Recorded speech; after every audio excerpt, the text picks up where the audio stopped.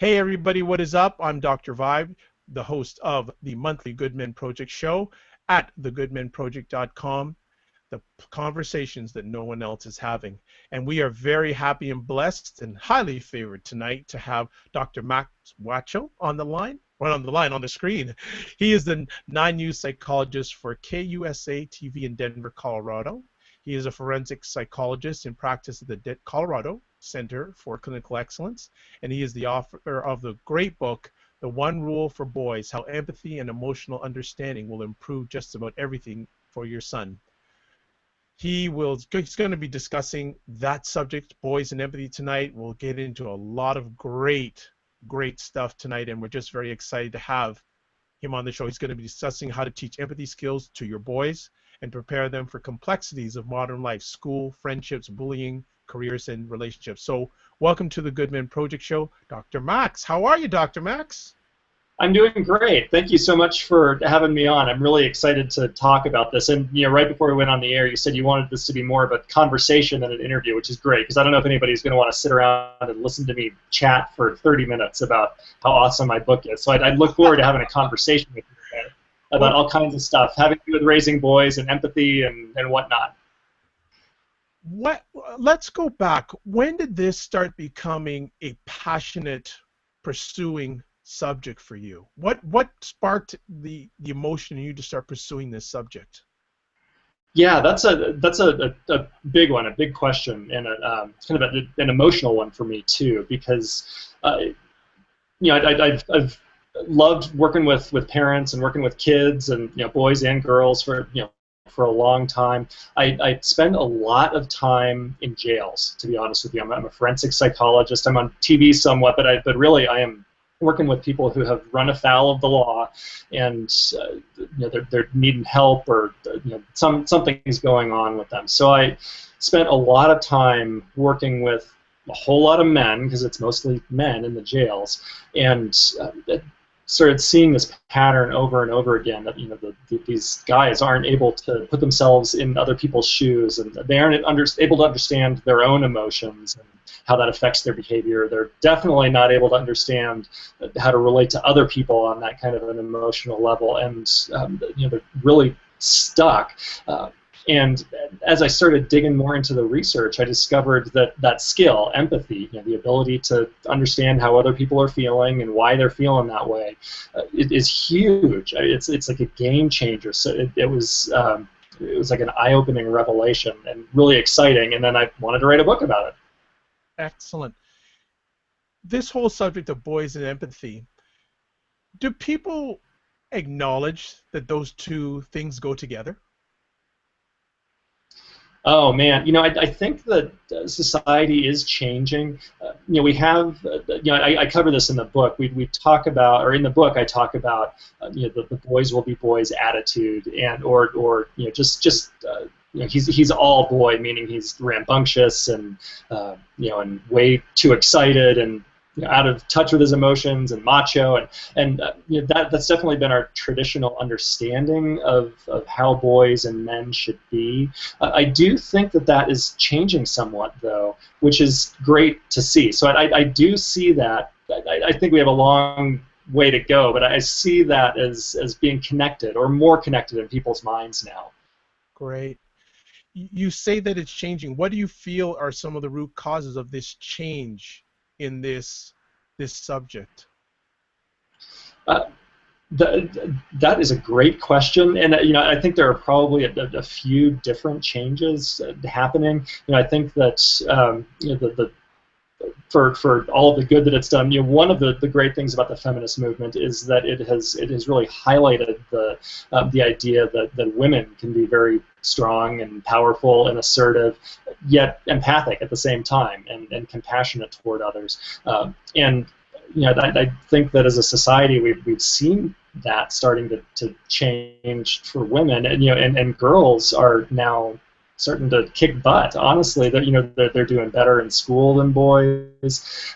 They're graduating from college at a higher rate. They're getting into a lot less trouble. They're being seen as more assertive. So we still have a lot of room to improve there too. But I think that people are starting to see, so this isn't it may not be doing our boys a service to teach them to be unemotional and aggressive and macho. It really could be that being empathic is the way to go.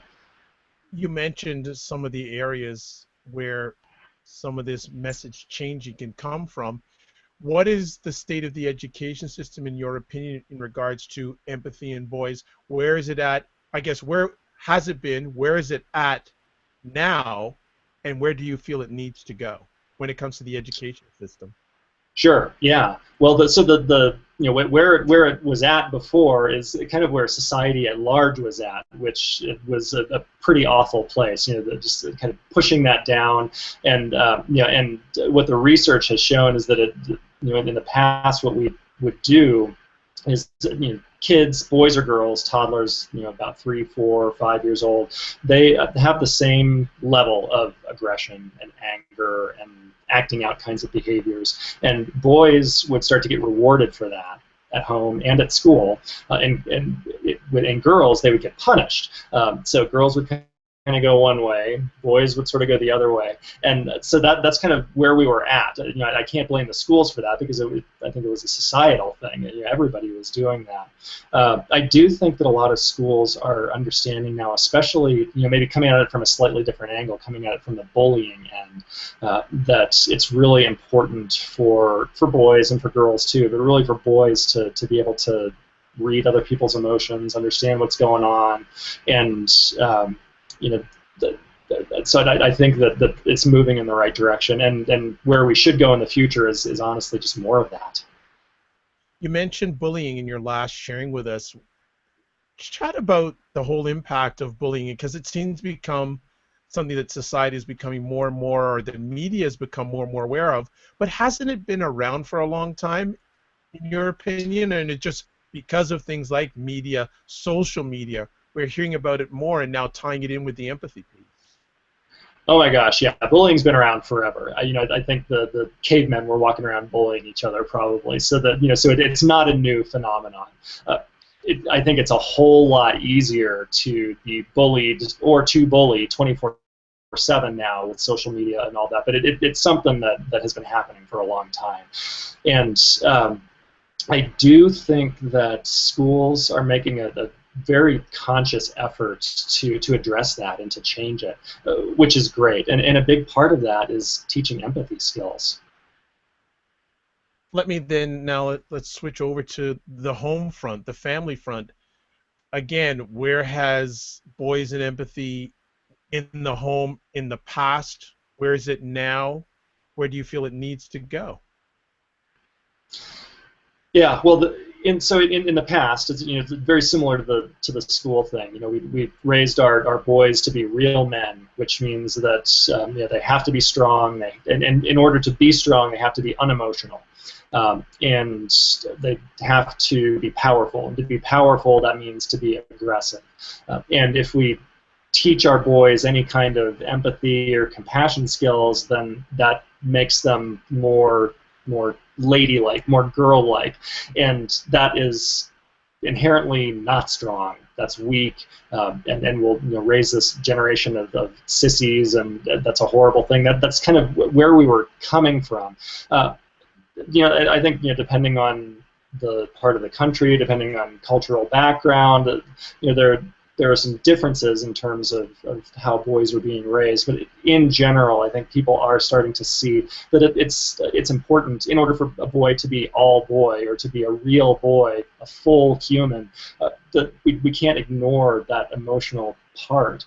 And the cool thing about the research that I have found, and I go over this in my book, is that teaching boys to be emotional, to understand their emotions, to express their emotions, it doesn't cause them to be weak. It actually causes them to be seen as leaders. They become less aggressive but more assertive, and even boys with very high testosterone levels. So a boy who, if things go bad, they go really bad because he's got testosterone coursing through his veins. An empathic boy with lots of testosterone, those leadership skills even get amplified more, so that we can actually use our biology to help us out.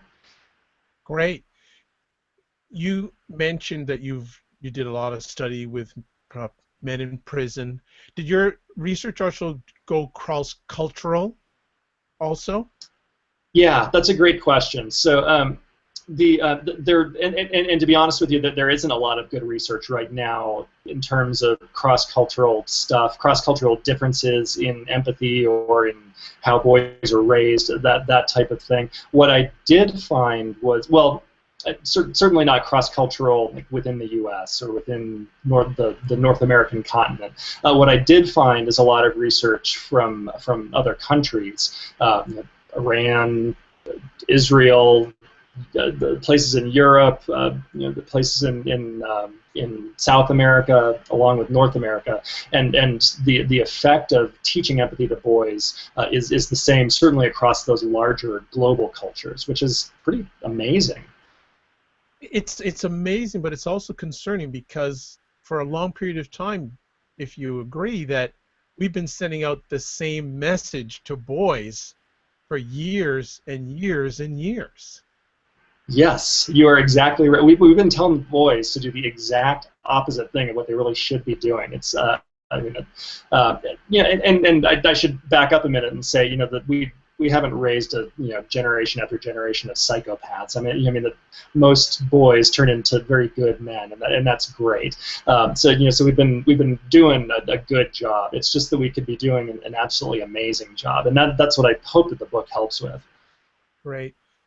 When you spoke to the men in prison, what were some of the common themes? Actually, interesting, I just thought of this conversation piece. Were the messages you were getting from the men in prison different from the messages you were getting from men outside of prison in Oh, regards wow. to Yeah, yeah. I never really. That's a great question. I've never really thought about it in those terms. And so, thinking back about some of the conversations that I've had, certainly the men who have been in prison, the themes, the stories that they tell are very extreme. Right. Usually not in every case, but in a lot of cases, the home life as a child was pretty messed up. There was a lot of substance abuse in the home, a lot of anger, a lot of very much lacking in empathy or sympathy or compassion or anything like that.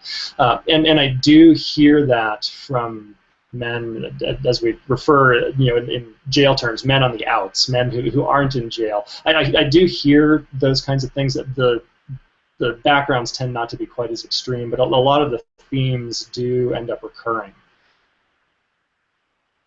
What are moms telling you about boys and empathy?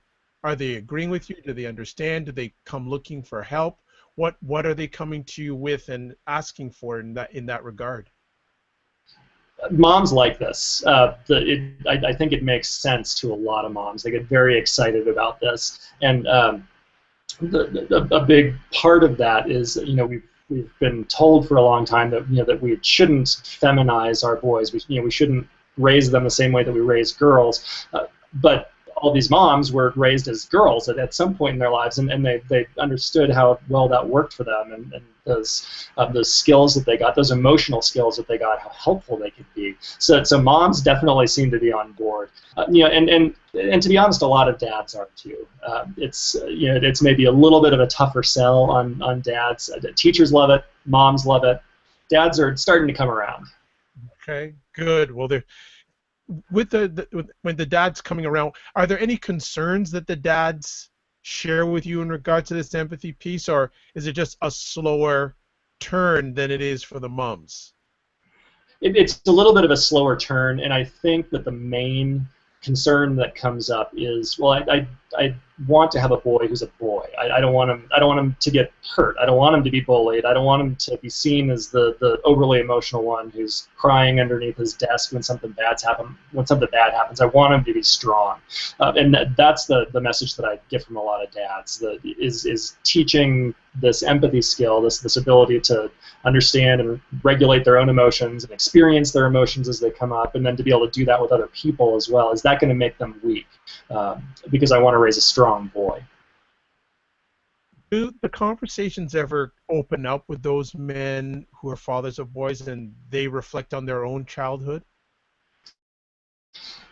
A lot of times it does, yeah, and that's actually a great way. When I'm talking to a dad who might be a little less than receptive right at first, it's a great way to relate it to their life, and that's and I actually start the book with a story from my childhood where looking back on it, I recognize that if I had had these skills sooner, I would have been able to rock that situation. It would have turned out so much differently, I wouldn't have been seen as weak. I would have been seen as a very strong, assertive leader in that particular situation.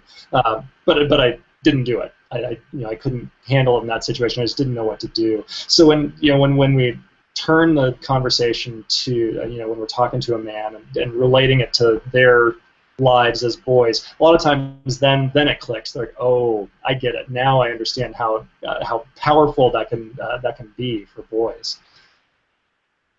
You mentioned there about your growing up, and I don't know how comfortable you are about sharing about it, but how much was empathy lacking in your growing up?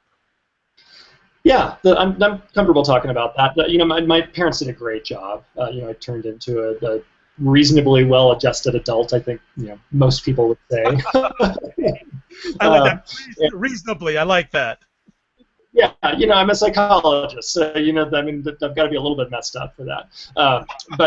Yeah, so my parents did a great job. But that with boys, that just wasn't something that was emphasized. I think for whatever reason, I may have had a little bit of that naturally built in, which may also be what led me into psychology, to be honest. But I definitely feel like that piece was lacking in my life, especially the emotional understanding of myself. I feel like if I had somebody walk me through the steps of how to do that, it would have been really nice, and it would have saved me a lot of stress and a lot of sadness later, looking in my early adulthood. I haven't had the opportunity yet to read the book, but I'm just curious at all, did you get a chance, or is there any part in the book talking about the relationships between young boys and girls when it comes to raising boys with empathy? I do talk about that. Specifically, like the differences between raising boys with empathy versus raising girls, or are you asking a different question, it sounds like? Well, both, I guess, raising boys and girls, but whatever way you want to approach it, I know that we'll get great knowledge on whatever you have to share on that conversation piece. Okay, well, I can certainly say that a lot of the research that I found was specific to boys, but a lot of the other research that I found that I cover in the book is not just specific to boys. It talks about kids in general, so girls and boys. And what I can definitely say is that children benefit greatly from working through that step-by-step process of developing emotional understanding and empathy. So it definitely works for girls. It definitely works for boys. Girls, when we're raising girls and when we're socializing girls, and the research showed this pretty clearly too, we tend to do a better job of naturally and comfortably teaching those empathy skills to girls, and we leave that out with some of the boys. Is it hard to teach empathy to boys? It's a skill. Just about every boy can learn it, and if you want to sit down and say, okay, son, be empathic, that's not going to work. No, I don't think so. So that there's definitely a step-by-step process to it, and it takes effort. We talk about this kind of stuff with both of our kids. We've got a girl and a boy, and my wife and I talk about this kind of stuff with them probably at least once a day. We try not to to say sit them down and say, okay, we're going to have our empathy lesson, but we're constantly talking about well, what do you think that other person was feeling? How did they handle that situation? When you saw that guy freak out on the at the deli counter, do you think that he was getting his needs met very well? You can have different kinds of conversations for different age kids, obviously. So is it hard to teach to them? If you have nowhere to start, have no idea where to start, absolutely. And if you do know where to start, for example, you can buy my book and I go through the steps. shameless self-promotion there. It still takes a lot of effort, but it does, you do have that outline in terms of how to get it done, which is kind of cool. My concern is that a lot of parents are not equipped to teach it. And outside of buying your book, where, like, if there's a father or a mother or a couple watching this, if they can't get your book, what do you suggest them starting or finding information, or what's the thing that they can just start easily, especially to their son, on getting that empathy thought process going inside the home?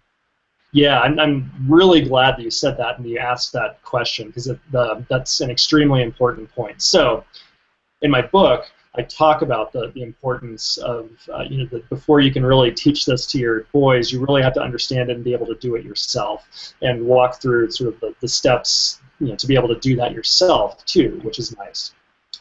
Aside from my book, probably the easiest thing to do, that the best place to start would be to start with the phrase, I feel blank because blank. So you're in a situation, you're getting frustrated, maybe you're driving your car and traffic's bad and you're late. So you can tell yourself, I feel angry right now because I'm stuck in traffic. And then you can kind of start to dig a little bit deeper. Well, I'm really angry because I slept in 15 minutes too long and I hit the snooze one too many times, and it's really probably my fault. It's not the guy in front of me who I'm honking my horn at right now. So but that's a great place to start, to understand your own emotions and where they're coming from. Is I feel blank about, or I feel blank because blank. Right. Wow. Simple. Very simple. Yeah, that's one of the first skills that we learn, that psychologists learn when we're learning about therapy. That is the sort of the cornerstone of empathy. Now, we do it to other people. We would say, you are feeling angry because you are stuck in traffic, but it's the same exact concept. When you look at today's society, especially with boys, what are some of the, I don't like using the word that often, but negative effects because boys are lacking empathy or not being raised with empathy? What are some of the negative effects that you're seeing in society today because this is lacking? Yeah. So that's sort of the flip side of what empathy can do that's good is what are some of the bad things that could happen if empathy is lacking in a generation of boys. Certainly bullying is a big one. A lot of acting out behaviors, so that angry, aggressive behaviors in boys, and sort of developing into being men. A lot of substance abuse can come from that, because if you're raised maybe in a pretty stressful situation, and you haven't been taught how to deal with that, as you get older, you learn to deal with it by numbing out on drugs or alcohol, or so there are a lot of kind of and just sort of an aggressive attitude in general. If you want to take it on a societal level, I don't think that we're going to be able to solve the problem of how to end war tonight. But that's kind of what this stuff leads to, is that the one person's very aggressive, the other person's very aggressive, and it just escalates until there's no other choice but to start attacking each other somehow. Right. Is the medical community paying enough attention to this situation, in your opinion? I think so, honestly. I think that this is something that, especially mental health professionals, I think this is definitely something that we have on our radar as something that's very important, and honestly, pediatricians too. And then I think pediatricians have figured out, if they are empathic toward their patients, the kiddos who they're seeing, their patients are going to respond better, and the parents are going to respond better, and then so they're starting to learn that too, which is really cool. Nice. I really am appreciating your sharing in regards to this subject of empathy, because I'll be totally transparent. I didn't really know about it till I was growing up and hearing of this word empathy. I didn't get it as a young man. It was always this strong piece. Be strong, be strong. The empathy, like, is our society still teaching boys non-empathy. Okay, you say it's changing, but I don't know. I still see the traditional roles, a lot of the traditional messages still coming out. Are we being realistic right now? Are we really seeing change in the homes of when boys watch TV? I don't see a lot of empathy on TV when it comes to boys, right? You're right. You're right. I'm probably being too optimistic here. I do think society is changing, and I think we have a long way to go. You don't see a tremendous number of empathic men on TV. Although if some of the newer cartoons for younger kids, and some of the live action stuff for younger kids, the boy characters are a little bit different now, which is kind of cool, and the girls are a little more assertive than they used to be, which is kind of neat to see. But you're right. This is something that we have a long way to go on, and I think a common misperception for both men and women when they think about teaching empathy to boys is that empathy is not an emotional state, and it's not. It doesn't give somebody else a free pass. You mentioned at the beginning of the show that I'm the 9 News psychologist. I along with some of the other stuff that I do, I work for KUSA-TV in Denver. And a few months ago, I did a story on the importance of showing bullies empathy, being empathic to bullies, which sounds crazy. That's just well, then they're going to run amok. And it's not that you're showing them compassion. It's not that you're feeling sorry for them. It's not that you're letting them get away with murder. What empathy is putting yourself in their shoes for a long enough period of time that you understand why they're doing what they're doing, why that bully is behaving the way that he is. And then it helps you to figure out how to help the bully or how to get him to stop. A punishment may be needed, or the kid may need a hug. You have no idea until you have thought about that kid in an empathic way. Are you satisfied right now with the way the education system, especially in the younger grades, are presenting this subject of empathy to boys, or does there need to be more of it? Because of course, I do keep a watch on what goes on in America about education and cutbacks in funding, and this is an important subject, and I just get concerned that when cutbacks come and when they happen, areas like this may get cut back on. Yes. So to answer your question, am I satisfied? Not quite. I think that teachers and educators are doing as good of a job as they possibly can depending on where you are in the country, sometimes with an extremely limited budget. Even in the best funded places in the country, it's a limited budget. And you're exactly right. When you have to make a decision between textbooks and school lunch versus an empathy skills building program, the empathy program is going to get pushed to the side. And I mean, who am I to say that that's more important than making sure that every kid has a warm lunch so that they can learn? But it's tough. The teachers are doing a great job. They're doing the best job that they can. We've got a ways to go, and that's something that that teachers aren't necessarily just going to be able to fix on their own. In your pursuit in seeing real change for this with raising boys with empathy, what are some current concerns that you have at this time? I guess I've got 2 concerns. One is that girls seem to be doing great for the most part. There are still girls that struggle, and there always will be kids who have problems no matter what. I mean, we just can't eliminate that completely. But girls are starting to do really well, which is great. I mean, it's their turn to do well for a while.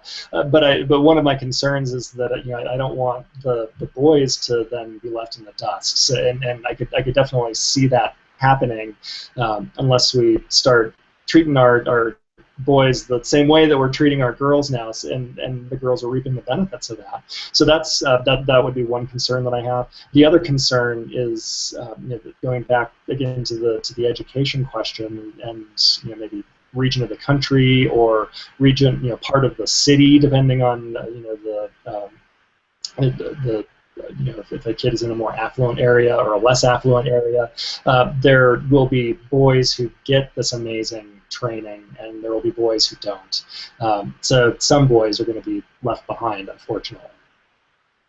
That's where that's one of my concerns, in that one's being left behind, and what will those young boys do if they're not given a chance to be exposed to empathy, not only in the schoolhouse but at the home? Yeah, That's a big concern. that's a big concern of mine as well. And it's the answer to that question is, we don't know exactly, but probably it's going to be more of the same. Most of those boys will be able to kind of muddle through like you and I did, because we didn't get a whole lot of empathy training as kids, and we turned into we're okay now. But some of them are going to have a rougher time because of it. Out of curiosity, have you had any detractors or pushback from anyone or people in regards to your research and your cause? I have, although to be honest and to be fair, the pushback or the detractors that I have spoken to have all been very kind about it, which is really cool. Nice. So we've been able to have a good conversation. I haven't necessarily been able to change their mind, but they also haven't been able to change my mind, and it didn't end in a screaming match either. So that has been a very pleasant surprise. There is, in one of the chapters of the book, I go over some of the potential reasons, things that get thrown around in popular culture and in the media, reasons why boys get into trouble when they do. Things like the potential for violent video games, or is it a problem with guns, or is it a problem with lack of religion in the home? So I cover some pretty controversial stuff, and I go through the research on that to kind of tease apart what is an issue and what is something that maybe we think is an issue, but it really doesn't have any effect on how boys turn out. Okay. Well, as we wind down our conversation, because time has just flown in a wonderful way during our conversation, I always, as much as possible during the last part of a conversation, want the guest or guests to put out a call to action. So I guess in regards to some different groups, I'd like to have you share your call to action when it comes to raising empathetic boys. So in the first group I'd like you to address would be the government / the education system. What would your call to action be for them?